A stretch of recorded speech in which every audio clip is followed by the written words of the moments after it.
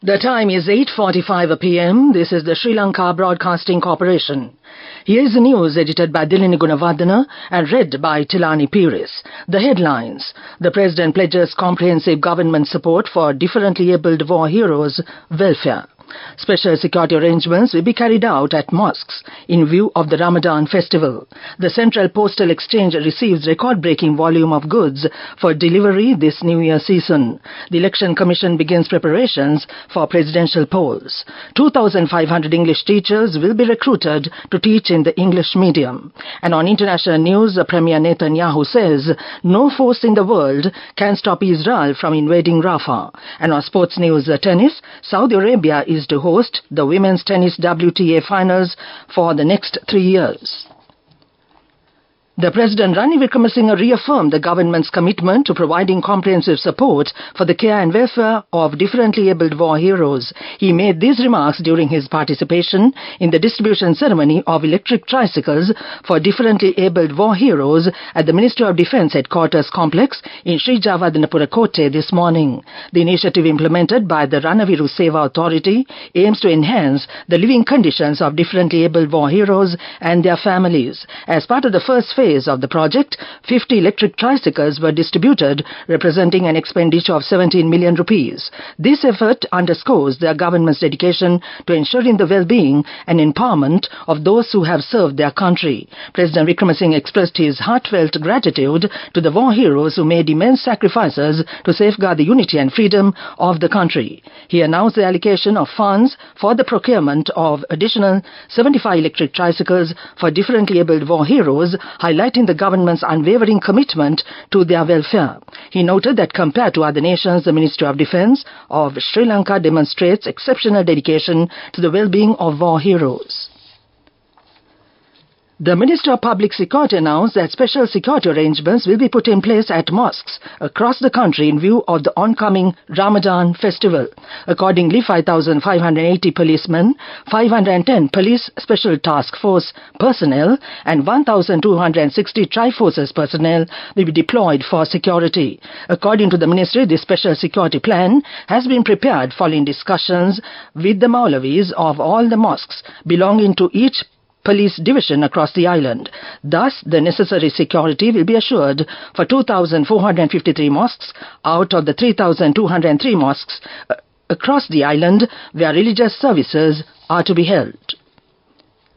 The State Minister Shanta Bandara announced that despite the 12th of April being a holiday, a public holiday, all postal workers have agreed to work on that day to handle the significant volume of goods received by the Central Postal Exchange during the New Year season for the first time in its history.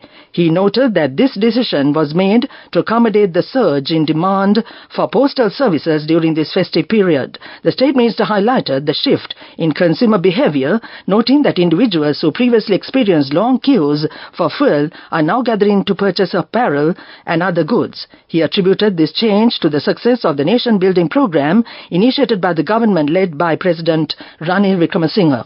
These sentiments were shared by State Minister for Mass Media Shanta Bandara during the media briefing at the Presidential Media Centre today, held under the theme Collective Path to a Stable Country. This news broadcast comes to you from the Sri Lanka Broadcasting Corporation.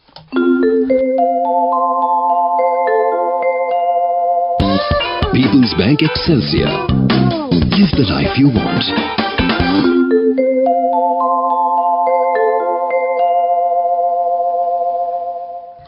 The Election Commission of Sri Lanka has commenced the activities related to preparing the electoral register for this year starting today. As per the Election Secretariat, the activities pertaining to the preparation of the electoral register will be carried out until the 10th of May. Accordingly, this allows individuals whose names are not included in the electoral register despite being eligible to cast their votes to add their names to the relevant lists.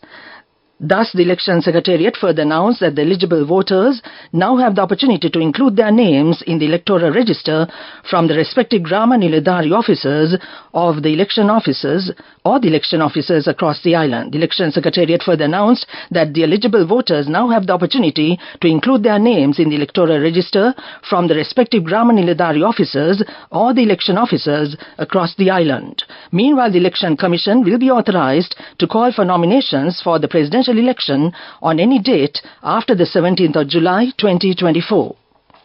The Minister Dr. Bandula Gunawardena says that the Cabinet has approved the recruitment of 2,500 English teachers to teach in the English medium. 765 schools have been selected, covering all provinces, to teach subjects of the GCO level local syllabus in the English medium. The government expects to increase the number of schools to 1,000. Currently, the number of English medium teachers available in the island to teach those subjects is 4,441. The government hopes to increase the number of teachers to 6,500. That ends local news for now. People's Bank Excelsior, a comprehensive banking services package with a branded checkbook as well as debit and credit card exclusively for you. People's Bank Excelsior, for professionals who dare to dream. The main news story is brought to you by Sinhala Mahatmya.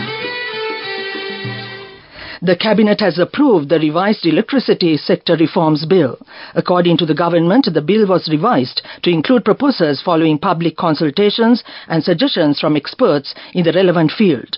The revised bill has been proposed to restructure Sri Lanka's power sector, has received the Attorney General's clearance. The Minister of Power and Energy, Kanchana Wijesekara, announced that the revised bill will be gazetted and presented to Parliament in the last week of April. That was the main news story. The main news story was brought to you by Sinhala Mahatmya.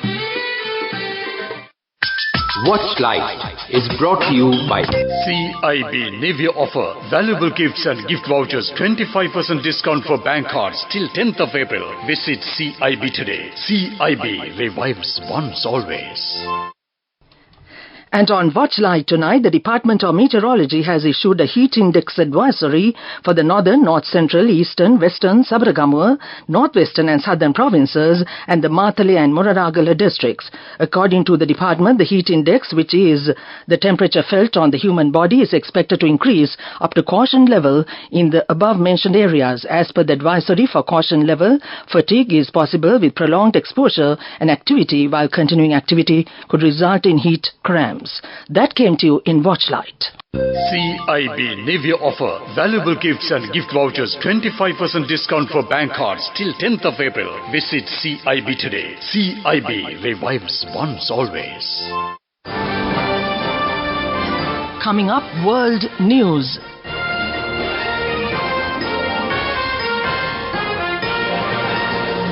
World News headlines first. The Premier Netanyahu says no force in the world can stop Israel from invading Rafah. March marks yet another record in global heat. The European Court rules human rights violated by climate inaction. The Prime Minister Benjamin Netanyahu says Israel will proceed with its goal of eliminating all of Hamas brigades, including in the southern Gaza city of Rafah. He added that no force in the world will stop them, although many forces that are trying to do so. Israel's military said 4 Hamas brigades continue to operate in Rafah, where about 1.5 million displaced Palestinians are sheltering. Critics of Netanyahu's Rafah attack plan warn it will end in catastrophe for the civilian population. Meanwhile, 2 mapping experts who use satellite imagery to track destruction noted an estimated 55% of the buildings in Khan Yunis are already destroyed or damaged after Israel's months-long invasion. The European Union's Climate Change Monitoring Service said the world just experienced its warmest March on record, capping a 10th-month streak in which every month set a new temperature record. In a monthly bulletin, the EU's Copernicus Climate Change Service said that each of the last 10 months ranked as the world's hottest on record compared with the corresponding month in previous years. It was further added that 12 months ending with March also ranked as the planet's hottest ever recorded 12-month period. A group of older Swiss women have won the first ever climate case victory in the European Court of Human Rights. The women, mostly in their 70s, said that their age and gender made them particularly vulnerable to the effects of heat waves linked to climate change. The court said Switzerland's efforts to meet its emission reduction targets had been woefully inadequate. It is the first time the powerful court has ruled on global warming. Swedish campaigner Greta Thunberg joined activists celebrating at the court in Strasbourg today. Back to the world news headlines. The Premier Netanyahu says no force in the world can stop Israel from invading Rafah. March marks yet another record in global heat. The European Court rules human rights violated by climate inaction. That ends World News. Moving on with development news, data from the central bank show that Sri Lanka's worker remittances through official channels grew 0.72% to $572.4 million from $468.3 million. Remittances were up from $476.2 million in February 2024.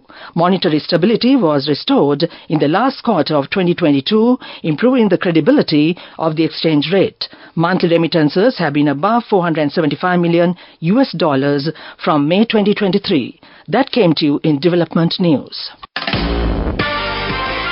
Moving on with sports news. And it's tennis tonight. Saudi Arabia will host the WTA finals for the next 3 years and offer record prize money of $15.25 million. The event, featuring the top 8 singles players and double teams of the year, will be the highest profile tennis tournament held in the country. The WTA came close to staging the 2023 finals in Saudi before going to Cancun in Mexico. This year's finals will take place from the 2nd to the 9th of November in Riyadh. That ends sports news. Go ekakthiyana youth eකට life එකේ change එකට නියමෙට set වෙන්න ඇස් වහගෙන දැකපු හින හැබැ කරන්න youth එකට නියමෙට set වෙන්න friendship එක මෙන්න. The all new NSB Ithru Mithru account, NSB IM, a plan for your dream.